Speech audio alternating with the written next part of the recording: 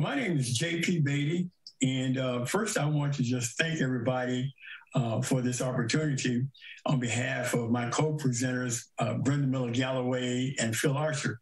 And I also have to say that it is so great to see my hometown friends. And I'm seeing Faye Hauser, who's in my class in elementary school, whom I haven't seen maybe since elementary school. I just want to say hello, and it's great to see everyone. We are pleased to present this application for this presentation to a great neighborhood that we grew up in. You may change slides, please. So Alta Vista, Boston, where is it? Alta Vista / Boston, which we are more popularly known and calls it today, is located in the northwest part of the city. It is bound to the north by 27th Street, to the south by 24th and a half, and to the west by Kirkwood, and to the east by Cherry Street and a short distance beyond. Now, these were the early boundaries. Today, it has spread a little bit more and covers a broader community. Okay, you may change slides, please. Who lives there?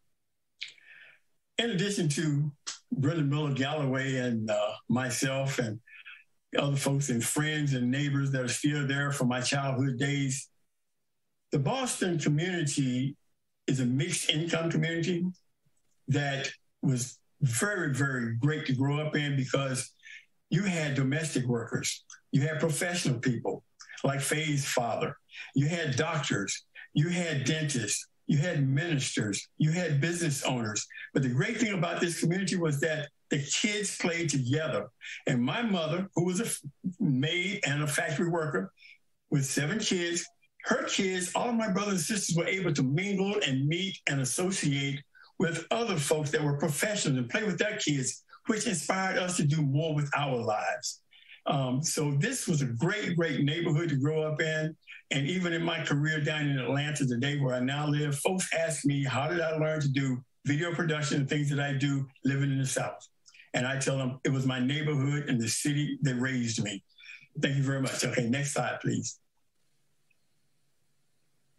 The community of Boston has a long, enduring history that to this day is still held closely to the hearts of those who lived, loved, and helped develop their neighborhood into one of the best Black communities in the nation.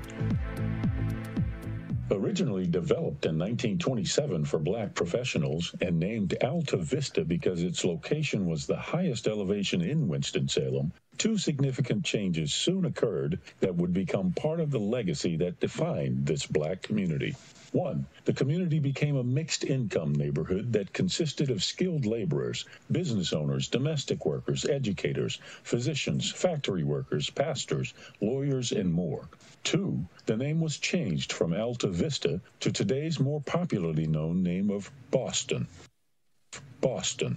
A community of caring neighbors, a community where kids could play outside without fear of crime or thoughts of racial disparity. A community where students could enjoy walking to school and being educated by nurturing teachers. A community where children of domestic workers played with and visited the homes of children of professionals and were inspired to seek higher goals in life. A community with many residents who helped Winston-Salem continue its growth. Residents like Federal District Judge Richard Irwin, State Legislator C.B. Hauser, John Adams, founder and president of Safe Bus Company, educators Ella Bohannon, N.B. Cook, Mabel Wooten, principals Ruth Lewis, Billy D. Friend, and John Beatty, physicians Albert Coleman, R.L. Smith, and dentist Raymond Oliver, pastors A.H. McDaniels, Jerry Drayton, and others. City staff members Patricia D. Norris, Winston-Salem's first Black female police chief, Jack Bond, the first Black assistant city manager, and of course, Al Beatty, who dedicated his life to the betterment of Winston-Salem by serving as a personal specialist for the Experiment in Self-Reliance, director of the city's manpower training program, personnel director for the city, and as assistant city manager until he retired in 1994. Alta Vista, a name that truly describes the Boston community, not because of the high geographical elevation, but because of the high elevation of love, caring, and respect that its residents have for each other and their community. So on behalf of the early pioneers and current residents of the Alta Vista Boston community, we would like to thank the Reynolds Historical Society and the City of Winston-Salem for your consideration in honoring our ancestors and neighbors that made us all proud to call the Boston community our home. And this is on behalf of Brenda Miller Galloway, Artisa Bohannon, and of course myself, J.P. Beatty. And now I'd like to introduce my neighborhood sister, Brenda Galloway. The community. Hi, my name is Brenda Miller Galloway, and I am here in support of creating an Alta Vista Boston historical marker. The marker will serve as recognition for the great history of those who lived in and continue to live in the area. Many of those who lived in the Alta Vista Boston area played significant roles in the history of Winston-Salem. Two of those people are my parents, Harvey and Rosalie Miller. Knowing the history from which you came from is important. The house that I now live, I lived in as a child, and the house was built in 1936 and purchased by my father. My father served as major domo for Reynolds family. There's a picture of him in the dining room of the Reynolds House Museum, honoring him for his contributions. His story is just one of many who lived in the Alta Vista Boston community. Change slides, please.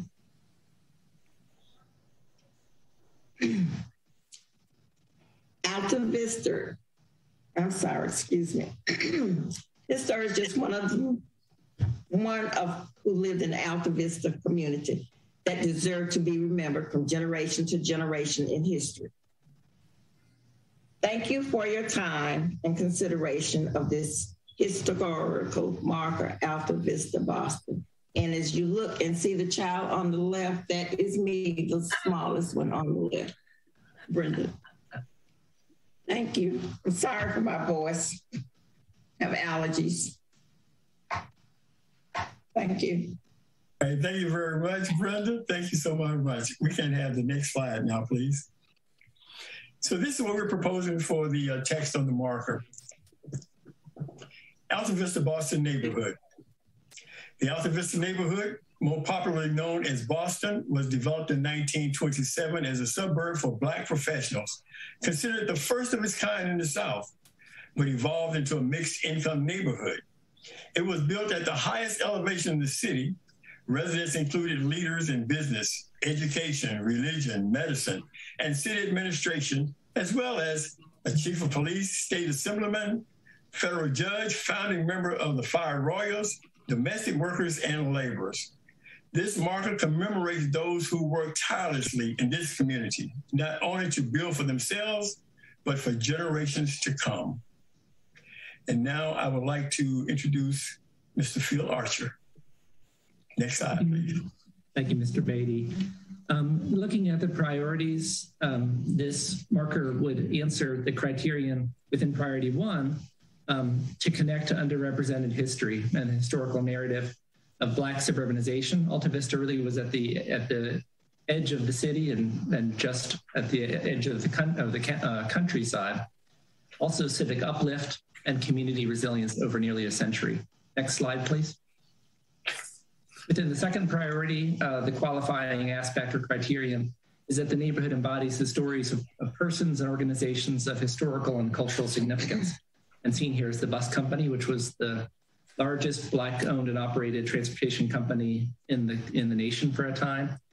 And Adelaide Fries, the historian, has written that Alta Vista was the very first purpose-built professional neighborhood for Blacks in the entire South. Next slide, please. Within the third priority, really, this marker answers all three criteria because it is in an underrepresented area. According to the North Central Area Plan Update 2015, there are only 3 historical markers in the whole North Central area: the Pond, New Bethel Baptist Church, and the Oddfellows Cemetery. Next slide, please.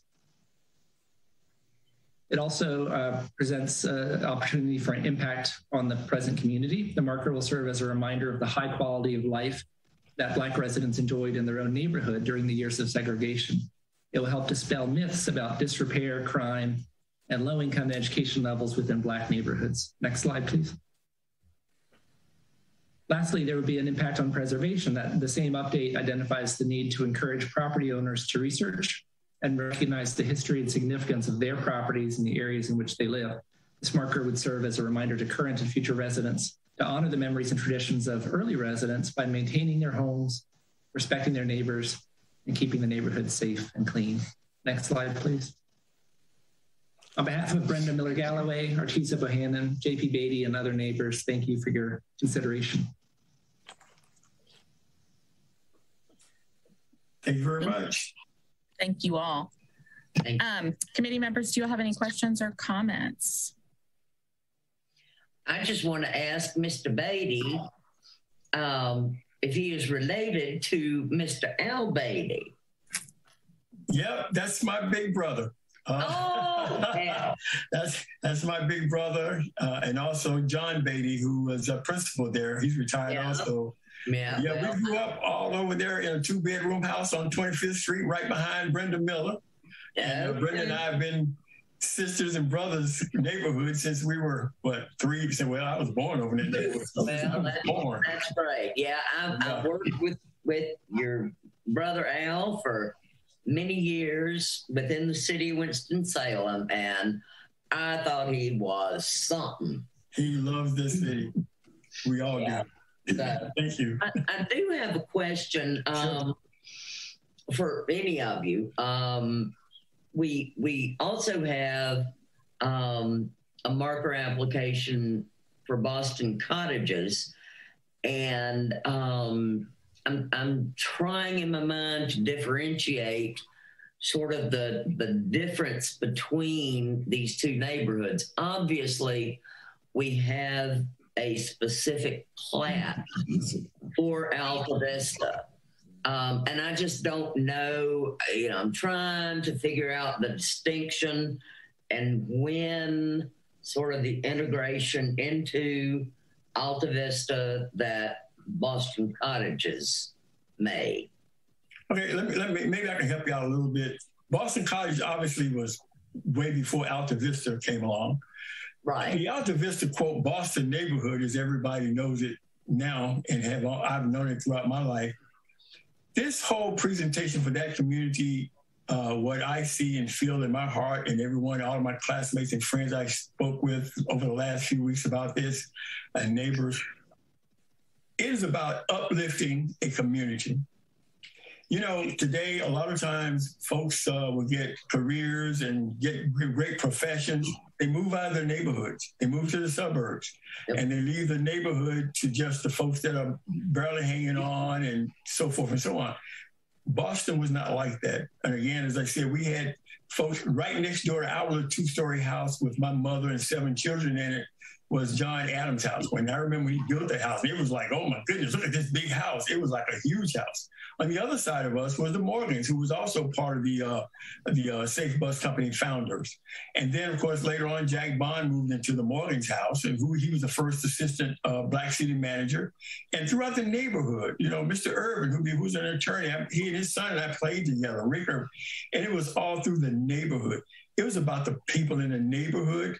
It put a positive image into everybody. That's why Al probably helped become an assistant city manager, because he was influenced by other people in our neighborhoods to strive for higher goals. And while our parents, yes, they worked domestic work because they had to survive. They had to do what they had to do to feed their children, and they did it with pride, they did it with dignity, but they told us, go get an education. All of my teachers growing up from Kimberly Park through Paisley High School during the times of segregation, all my teachers were Black. But it was a positive influence on us because they cared. They made sure we studied. And as a result of that, so many people from that neighborhood have lived on and done other things to help improve the city of Winston-Salem and wherever else they set their roots. So there's a difference. We're talking about something that's going to be uplifting to future generations, to folks that are now moving into that community. We want them to see this plaque as an inspiration to keep that community clean, to say, oh my goodness, look what these people did way back when or whenever. It seemed way back when, but We got to keep this neighborhood. We're going to inspire each other. This is an inspiration marker more so of a historic marker. And whereas Boston Cottages talks about that era, this neighborhood, we want to push people forward to continue achieving great things in life. That's wonderful. Thank you so much. Thank you. Anybody else from the committee have questions? Just to sort of chime in on what Mr. Beatty said, you know, I grew up in the area as well, and we all know it as Boston. And it wasn't until I was researching for my book that I found out it was called Alta Vista. So I agree with the committee that put forth that name. You know, Boston will have more recognition and sort of, can I say, carry on more longevity, yeah, and identity for the people in the community. And let me just add one quick thing. The location where we're proposing for the marker to be at 24th and a half and 25th Street, that's at the intersection right there at Mr. Adams' house, who's the president of Safe Bus Company. And that was known as the bus stop. And the bus that came across there, where you got on the bus to go downtown, the bus was Boston 25th Street. That's what was across the top of the bus. Everybody you talk to in Winston, whether they lived at Happy Hill Gardens, Columbia Heights, if you talk to anybody, that area is known as Boston. we definitely need to recognize it as Boston. And we can say originally known as Alta Vista, but later better known as Boston. Yeah. Boston is what folks know that community by. Did Saki Hamlin live in that neighborhood? Yes. Yes. Yep. I thought so. Ms. Bohannon. Ms. Bohannon, you've been on this call a long time and quiet. Did you want to add anything? Just that this, I realized about 20 years ago when I was looking at the building plans for the house that my parents built on 4.5 Street, I saw on that on the blueprints Alta Vista, and it just always stuck in my mind, and I had no idea what it meant until all of this started happening, and we started doing more and more research, and we were finding out who the original owners of homes in our neighborhood were, and their relationships to magnets, their relationships to the Hayneses, the Reynolds, all the educators and professional people. And until I knew a little bit about the people on my street, but I didn't know just how widespread that the relationships were. All right, our last application for tonight, I believe, for a marker in the city will be from Pat Caldwell for the Boston Cottages neighborhood. This one is being brought forward by the Boston Thurman Community Engagement Roundtable. And Leanne, you had asked a question about the plats, and what I put together for this title slide, these are the plats for Boston Cottages that are recorded in the plat books at the Recorder of Deeds. So you can see these: Lincoln, Harrison is here, Cleveland, so these are the President Streets. And then these are 2nd, 3rd, 1st, labeled on the plat, which of course, would be changed, but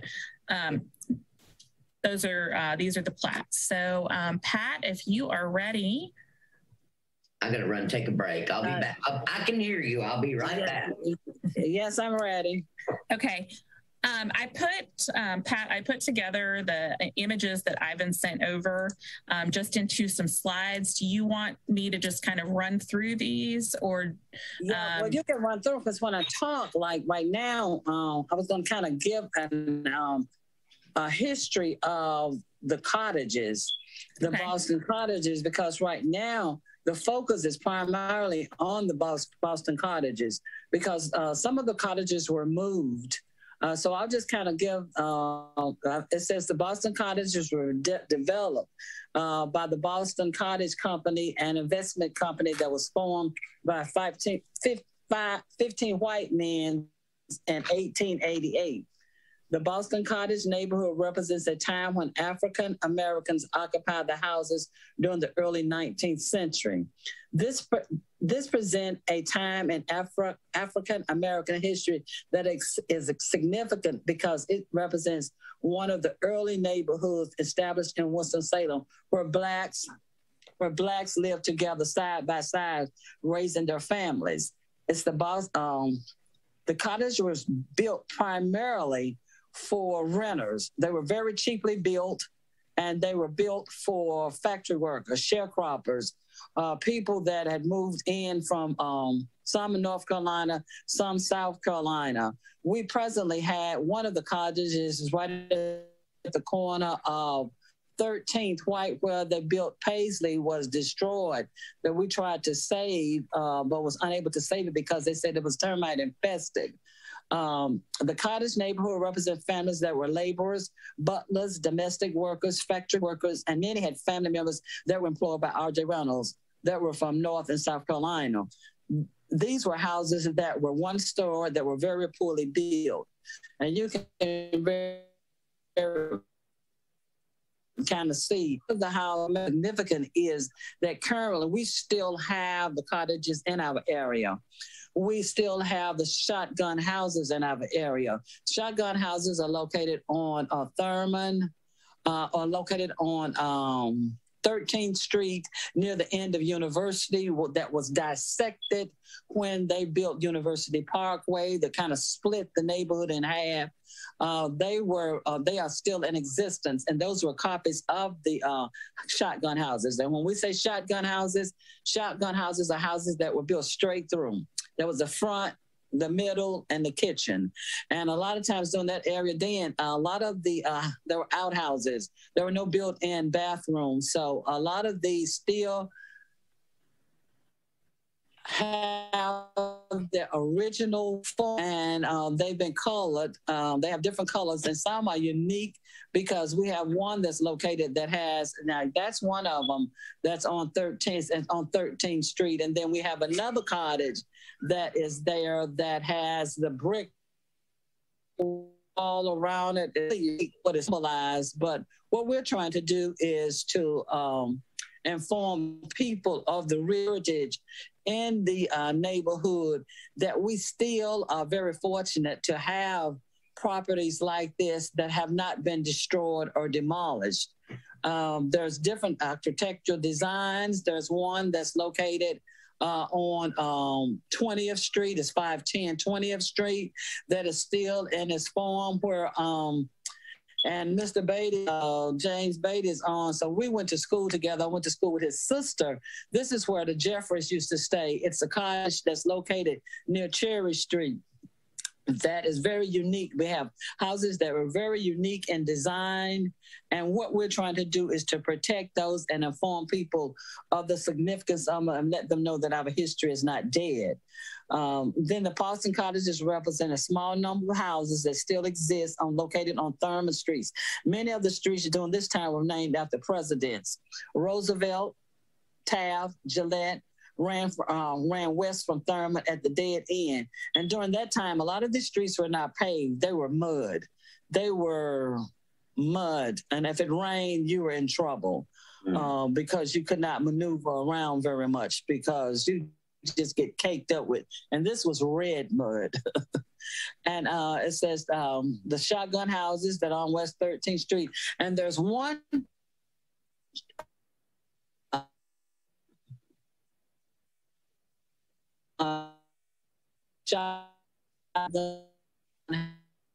habitat built out are protected. They're clearly protected. That area is protected. So those houses you cannot do anything to them. They cannot be torn down. You cannot add anything to them.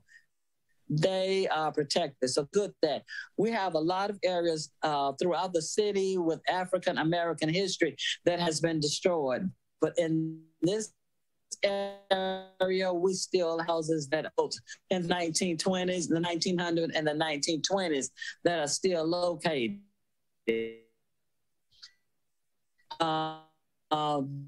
There houses located located on and it's up on top of the hill that still have their tin roofs. Some have been they've put aluminum siding on them, but they still have the original form. So what we're trying to do is to protect the history and the legacy of these cottages so they will not be torn down. And the significance is that they talked of Alta Vista. Alta Vista is also was mentioned in my report where we were talking about doctors, lawyers, judges, ministers, domestic workers, funeral directors. We had everything in our community where we lived together as one. Not even though it was segregated during that time, we still remained and in the neighborhood where each one of us loved each other and families were very familiar with what's going on with the children. So that's the uniqueness of that. And Cherry Street divided us in 1960s. Although we were divided, we were still together. And a lot of the jobs and people began to get better homes once R.J. Reynolds began to provide better jobs. But Reynolds has always been one of the primary employers in the unit because they were sharecroppers that came in to build houses, and some of them have done that, and they still remain. What makes our area so significant is that we have lawyers, doctors, teachers, educators. I can name them. I can name the Gatson. Mr. Gatson was an electrician. His house is portrayed. Frank Merle, he was a brick mason. He had hired brick masons. They laid a lot of the concrete that was in the area. His house is portrayed. That's Mr. Gatson's house there. And then we have Frank Morrell's house that's there. They tore down the greenhouse, and the Greens were part owner of the Safe Bus Company. So what we're trying to do is to let the public know that we're trying to protect African American houses that are very significant and have a lot of meaning to us, because Thurman Street was not always called Thurman. And a lot of people wonder why. It was formerly called Washington Street. It was Washington Street when it was not paved. We still have St. Holmes, and right down from the Boston Cottages, that is very significant in history because it is a Methodist church that has been since the 18th centuries that is still located. But we do have churches in our neighborhood. During that time, we had 42 educators that lived up in the area, and a lot of them, as they had talked about, lived in the Alta Vista area. But we had a TCL was on a call where Mr. Bohan, a business owner, this was her grandfather, he had a store on the corner of 12th and 12th Street and Cherry, because Cherry was one of the thoroughfares in this. So that's what we're trying to present, is the importance and the significance of the Boston Cottages remaining in our area, and to have a historical marking the fact that they were in the area. And they, like I said, they were cheaply built. They were for laborers. They were not like the two-car garages or the flat, but we all lived together as one. So that's my presentation. And we're currently working on a presentation with the journalism class at Wake Forest, but it is an ongoing project that is depicting the neighborhood. They've done interviews throughout the neighborhood, talking with people about the corner stores, the houses in the neighborhood, and the significance of the buildings and the properties that are still in existence in our neighborhood. So that's what we're trying to portray. Because, North Cherry Street is a historical district. It is in the registry. So we have North Cherry Street, we have the Boston Cottages, and we have Alta Vista. So Alta Vista presented their information, and that's where a lot of the teachers, educators live, and a lot of their family houses are still there. They're one of the groups of houses that are still very well kept, very well manicured lawns, and still intact like they were back in the day. Thank you. And I thank you for listening to me, and I appreciate it. Committee. Yeah, committee, do you all have questions or comments? I just have a comment. Pat, I just so happened to have a meeting today with Ivan Weiss from Wake, who I think is working on the project you just referred to. So I was happy. Ivan is coordinating the project, yes. And so tonight, he was not able to present everything because his students, it is ongoing. Yes. So we walked the neighborhood, the community. We've talked to residents. We've got pictures. So it's like ongoing. So I contacted him and he said, well, I won't be ready by the 17th because he still have students that are working on a lot of it. And we've assisted them with a lot of the history, a lot of the people that they needed to interview with or who they needed to talk to. So if one's interested in the presentation, I will check with Ivan to see when it is available. Yeah, I think that was wonderful. I was really happy to hear what him and his students are working on. And then to bring it up again here in this meeting was just, it's kind of coincidental twice in one day, but I'm happy to hear about all that work that's going on to preserve the history. Oh, right. Yes, because they've even interviewed people about the corner stores. I even told them when they talked about the stores, and I said that we have someone in our community that was like that, Al Beatty. I said, but I can remember when Al worked at the store. And they said, what? I said, yes. I said, but we have a lot of people that work the store. And he became city manager. And we grew up calling him Dank Beatty. And so we all went to school together. We had Miss Ivor Williamson that was the paper boy. His mother was a principal. Like Artisa's mother was a teacher. They were educators. We have Saki